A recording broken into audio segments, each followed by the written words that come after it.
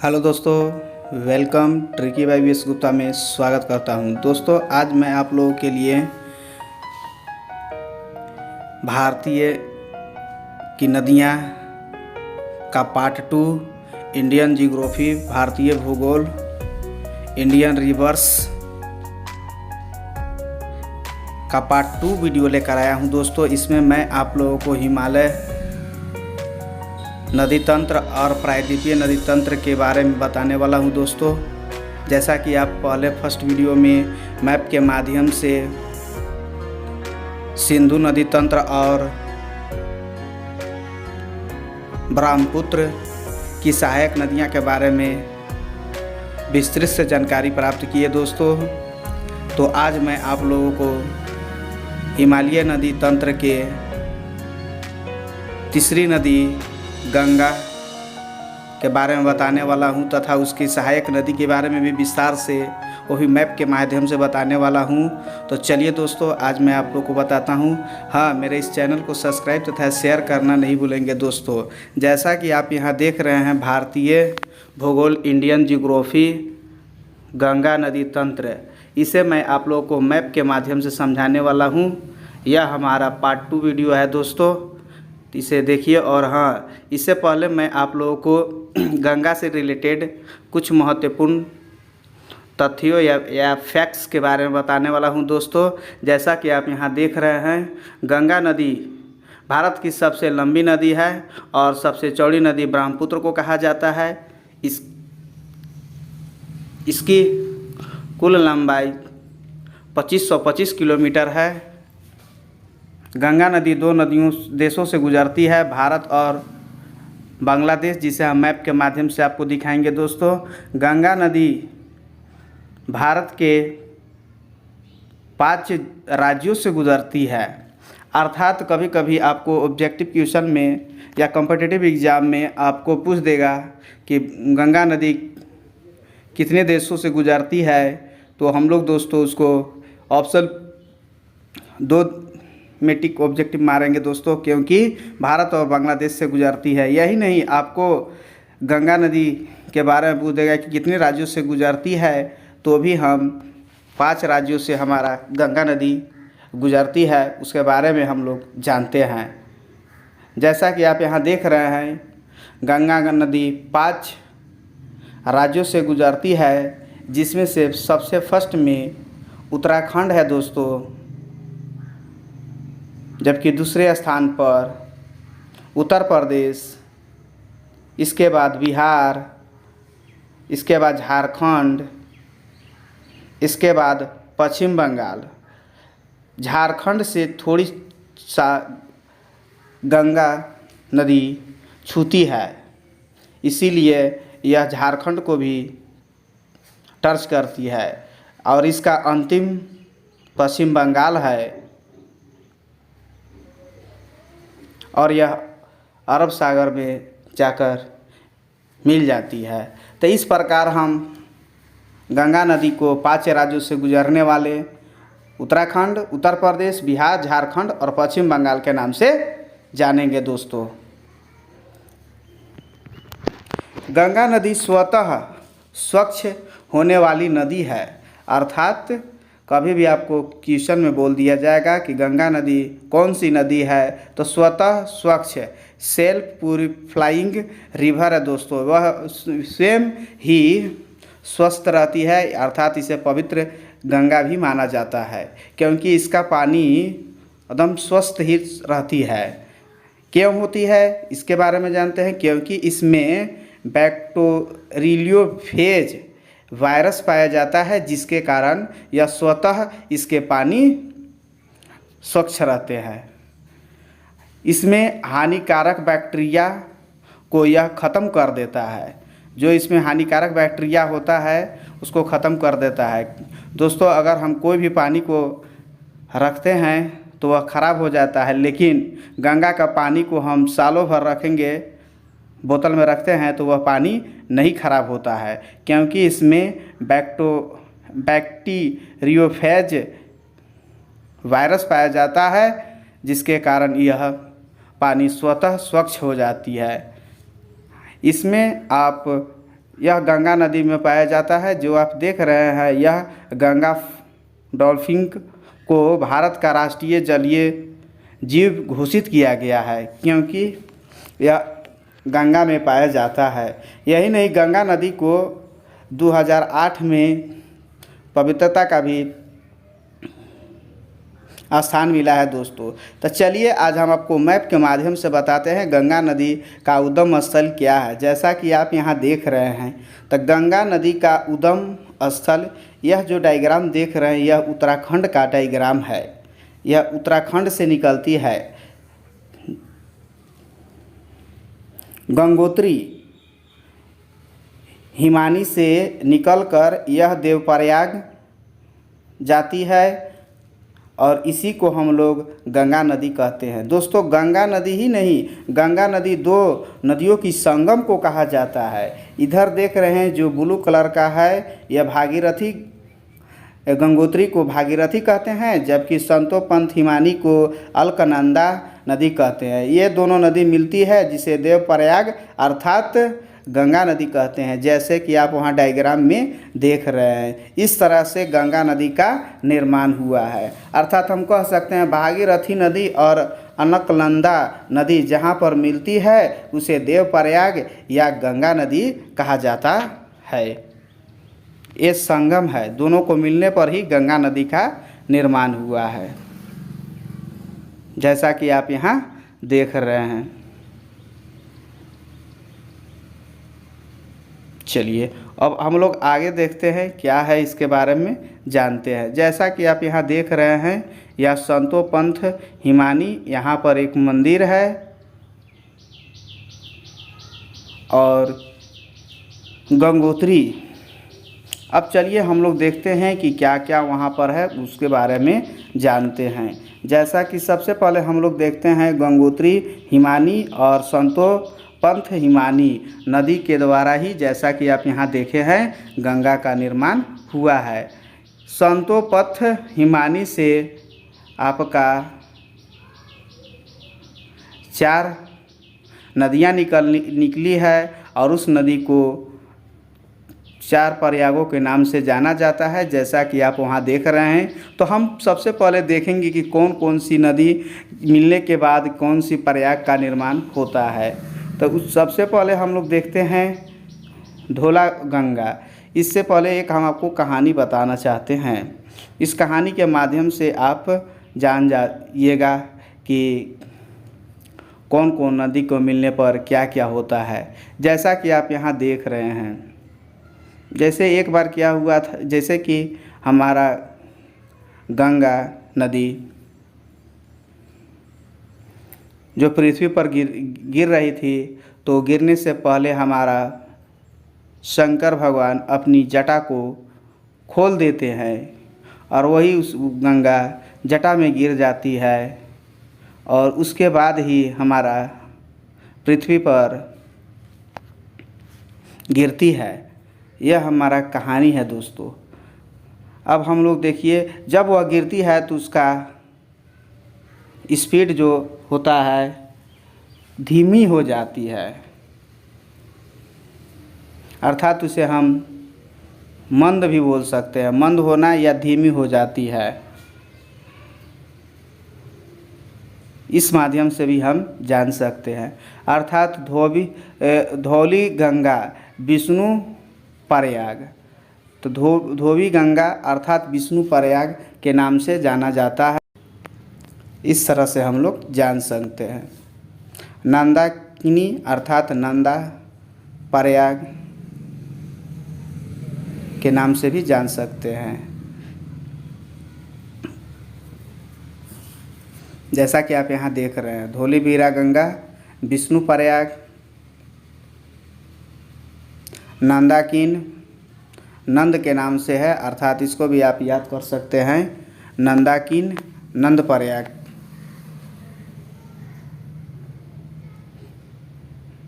अब हम लोग देखते हैं केदारनाथ। केदार अर्थात केदारनाथ जिसको शंकर भगवान बोलते हैं, और रुद्र अर्थात जटा होता है, तो रुद्र प्रयाग। केदारनाथ रुद्र प्रयाग भी हो जाएगा दोस्तों। इसके बाद हम लोग देखते हैं कि मंदाकिनी जो नंदप्रयाग से होती है, और नंदप्रयाग जहाँ पर नंदगा नदी आपका संतोपंथ हिमानी नदी से मिलती है, उसी को स्थान को नंदप्रयाग कहा जाता है। इसके बाद हम लोग देखेंगे पिंडार नदी और आपका संतोपंथ हिमानी नदी जहाँ पर मिलती है उसे को कर्णप्रयाग कहते हैं। इस तरह से आप यहाँ देख लिए। और गंगा को देवप्रयाग गंगा नदी को कहा जाता है जहाँ पर संगम होती है। यहाँ हम आपको एक डायग्राम भी बताया है, उसके माध्यम से भी आप याद कर सकते हैं। Devprayag Alaknanda plus Bhagirath, Vishnuprayag Alaknanda plus Dhauli Ganga, Nandprayag Alaknanda plus Nandakini, Karnaprayag Alaknanda plus Pindar नदी, रुद्रप्रयाग हो जाएगा अलकनंदा प्लस मंदाकिनी। अलकनंदा से अधिकतर प्रयाग का निर्माण हुआ है। इस तरह से आप याद कर सकते हैं।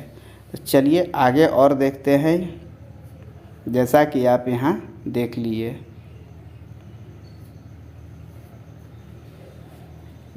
यह प्रयाग नदी जो हमें दिखाई दे रहा है वह दोनों नदियाँ भागीरथी और इनके द्वारा हुआ है। अब हम आपको गंगा नदी के पूरा विस्तारित रूप को जानते हैं कि कहाँ कहाँ पर जाकर वह गंगा नदी क्या हो गया है और किसे सहायक नदी क्या कौन है, और यह किस राज्य से निकलते हुए है और उसको क्या क्या नाम दिया गया है। इसके बारे में हम विस्तार से जानकारी प्राप्त करेंगे। तो चलिए अब हम इसमें देखते हैं। जैसा कि आपको हम पहले भी बता दिए थे कि धौली गंगा, विष्णुप्रयाग, नंदाकिनी, नंदप्रयाग, पिंडार नदी, कर्णप्रयाग और अलकनंदा भागीरथी देवप्रयाग के द्वारा संगम को ही गंगा नदी कहा जाता है। इसके बाद हमारा गंगा नदी होते हुए हरियाणा, गाजीपुर, छपरा होते हुए यह निकलती है। देवप्रयाग के बाद आपका हरियाणा अर्थात हरिद्वार आप गए होंगे गंगा स्नान करने। यह सबसे प्रसिद्ध स्थान है। यहाँ लोग स्नान करने के लिए हरिद्वार जाते हैं, क्योंकि यह स्थलीय भाग है जो सबसे पहले हरिद्वार में ही होता है। अब चलते हैं हम लोग आगे, देखते हैं क्या है इसके बारे में जानते हैं। जैसा कि आप यहाँ देख रहे हैं डायग्राम में, यह हरिद्वार है। यहाँ पर लोग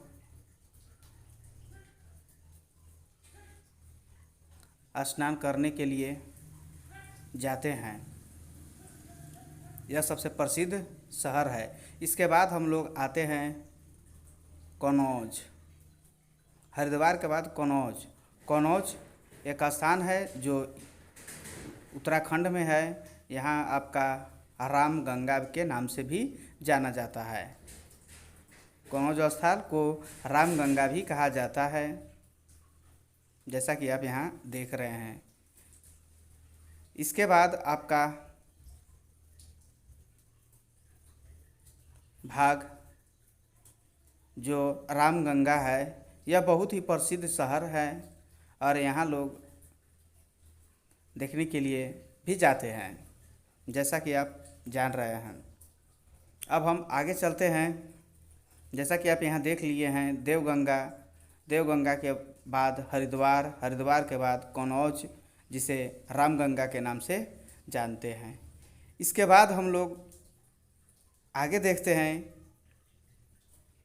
या इसके बाद आगे कन्नौज के बाद प्रयागराज जो लखनऊ इलाहाबाद है, यहाँ पर भी साल में एक बार या फिर महाकुंभ का मेला भी लगता है। प्रयागराज जो इलाहाबाद अर्थात उत्तर प्रदेश की जगह पर है। यह प्रयागराज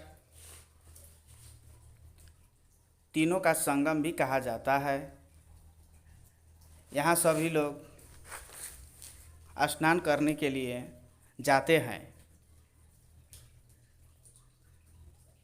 जैसा कि आप जान रहे हैं, इसके बाद आपका गंगोत्री, हिमालय और यमुनोत्री, गंगोत्री अर्थात गंगा और यमुनोत्री अर्थात यमुना है। यमुना का भी पानी अर्थात नदी जो निकलती है और प्रयागराज में मिलती है, जबकि गंगोत्री का भी नदी यहाँ से निकलती है और प्रयागराज में मिलती है। इसे गंगा यमुना नदी भी कहा जाता है और यमुना नदी को कालिंद नदी भी कहते हैं। जैसा कि आप यहाँ मैप में देख रहे हैं, ये हमारा यमुना नदी है। अर्थात यमुना नदी और या गंगोत्री नदी और यमुनोत्री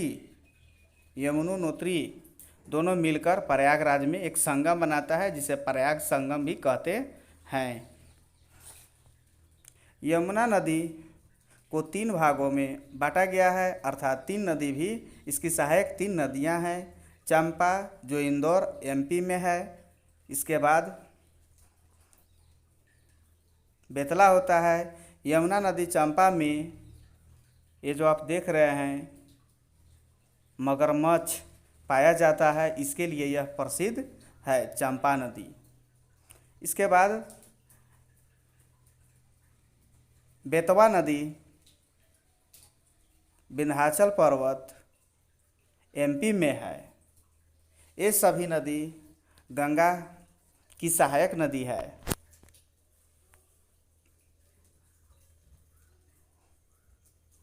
कभी कभी क्वेश्चन आपको पूछ देगा कि यमुना नदी में कौन कौन सी है, तो चंबल, बेतवा और केन। अगर वैसे नहीं याद होगा तो के बी सी से भी आप याद कर सकते हैं। यमुना नदी के सहायक नदी KBC अर्थात केन, बेतवा और चंबल होगा दोस्तों। यह एक प्रकार का ट्रिक है KBC से केन, बेतवा, चंबल याद कर सकते हैं।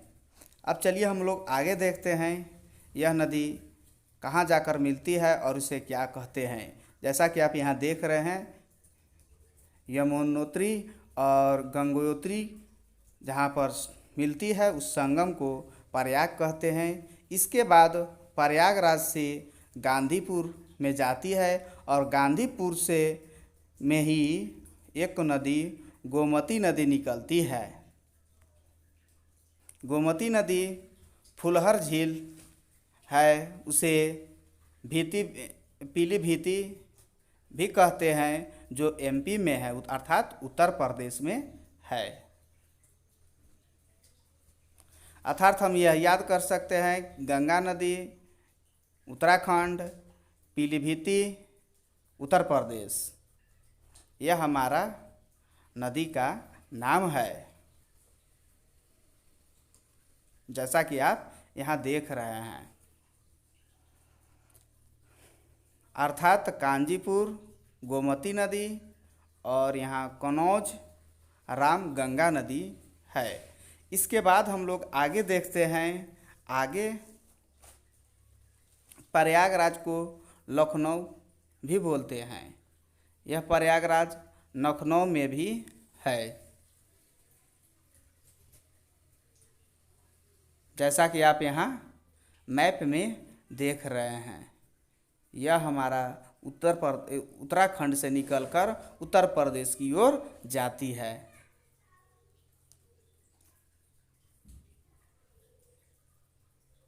अब हम लोग आगे देखते हैं गाजीपुर से छपरा। अब छपरा के बाद आपका पटना होता है, वहाँ पर छपरा में घाघरा, इसके बाद आपको काली और कर्णकाली दो जगह है जहाँ पर दोनों मिलकर शारदा, एक नदी जो शारदा के नाम से जाना जाता है और दूसरा घाघरा नदी के नाम से जाना जाता है, और ये दोनों नदी ही आगे चलकर छपरा में मिल जाती है।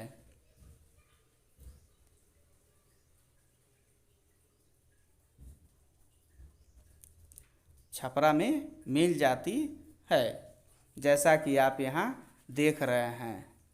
इसके बाद छपरा से आगे चलकर पटना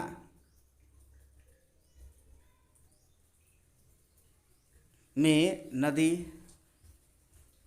को सोन, जो अमरकंटक पहाड़ी में निकलती है, यह सोन नदी भी गंगा में जाकर मिल जाती है। इसके बाद पटना से आगे चलकर सोनपुर में कंडक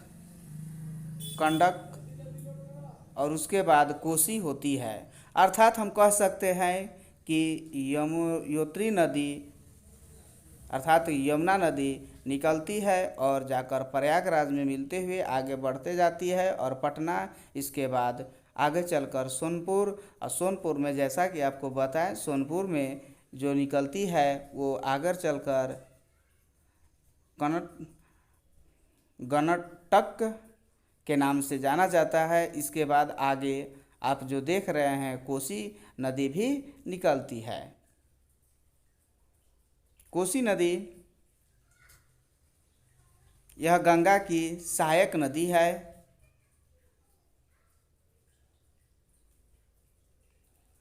जो कुर्सेला में जाकर मिल जाती है। ये सब गंगा नदी की सहायक नदी है। इसके बाद हम लोग आगे देखते हैं फरपक्का बैराज। कोसी नदी जहाँ मिलती है उसके बाद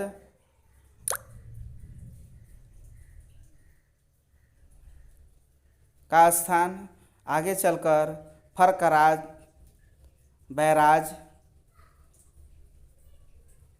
अर्थात उसे महानंदा नदी का नाम दिया गया।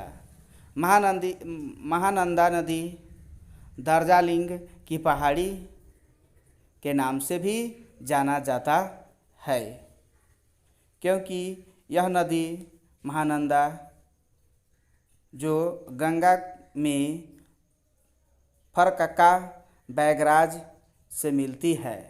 इसके बाद नदी आगे चलकर आगे जाती है और इसे हुबली के नाम से दिया जाता है, और हुबली से पहले इसे पद्मा नदी भी कहा जाता है। हुबली से भी एक नदी का निर्माण होता है जिसे उस नदी को दामोदर नदी भी कहते हैं, जैसा कि आप यहाँ देख रहे हैं।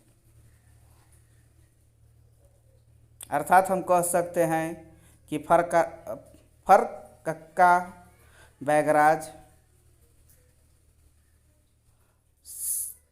से धीरे धीरे वहाँ पर पहुँचती है, अर्थात यह देवप्रयाग से निकलती है और जाकर इसका अंत हुगली और पद्मा नदी के पास हो जाती है। अर्थात हम यह नदी गंगा को हुगली नदी भी कहा जाता है। स्थान के अनुसार इसे हुगली नदी कहा जाता है और यही नदी को पद्मा नदी भी कहा जाता है, जैसा कि आप यहाँ देख रहे हैं।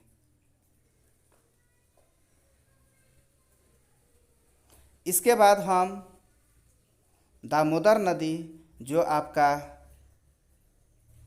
झारखंड राज्य में मिलती है। हुगली नदी बंगाल में है, पश्चिम बंगाल में है। अर्थात हम कह सकते हैं कि गंगा को पश्चिम बंगाल के लोग उसे हुगली के नाम से भी जानते हैं।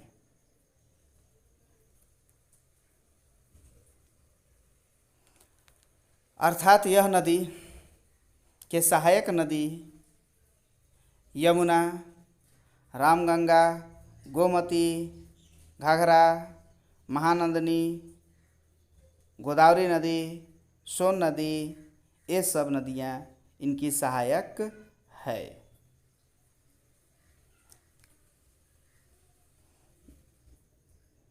ये भी आ सकता है। सबसे पहले तो वो उत्तराखंड से निकलती है और प्रयागराज से आगे जाती है। इसके बाद हम लोग देखते हैं जहाँ पर पद्मा, यमुना और मेघना, पद्मा और यमुना को जो नदी मिलती है, आपस में मिल जाती है, उसी को मेघना नदी कहते हैं। और मेघना नदी जहाँ पर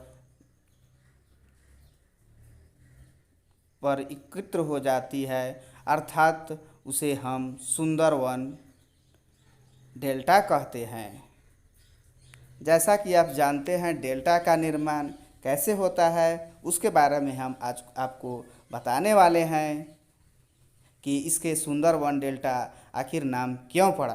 क्योंकि आप यहाँ देख रहे हैं पद्मा, यमुना और को मिलाने पर मेघना का निर्माण हुआ और मेघना में ही जो मिट्टी और धूल कण लाए गए उन्हीं को सुंदरवन डेल्टा के नाम से जाना गया।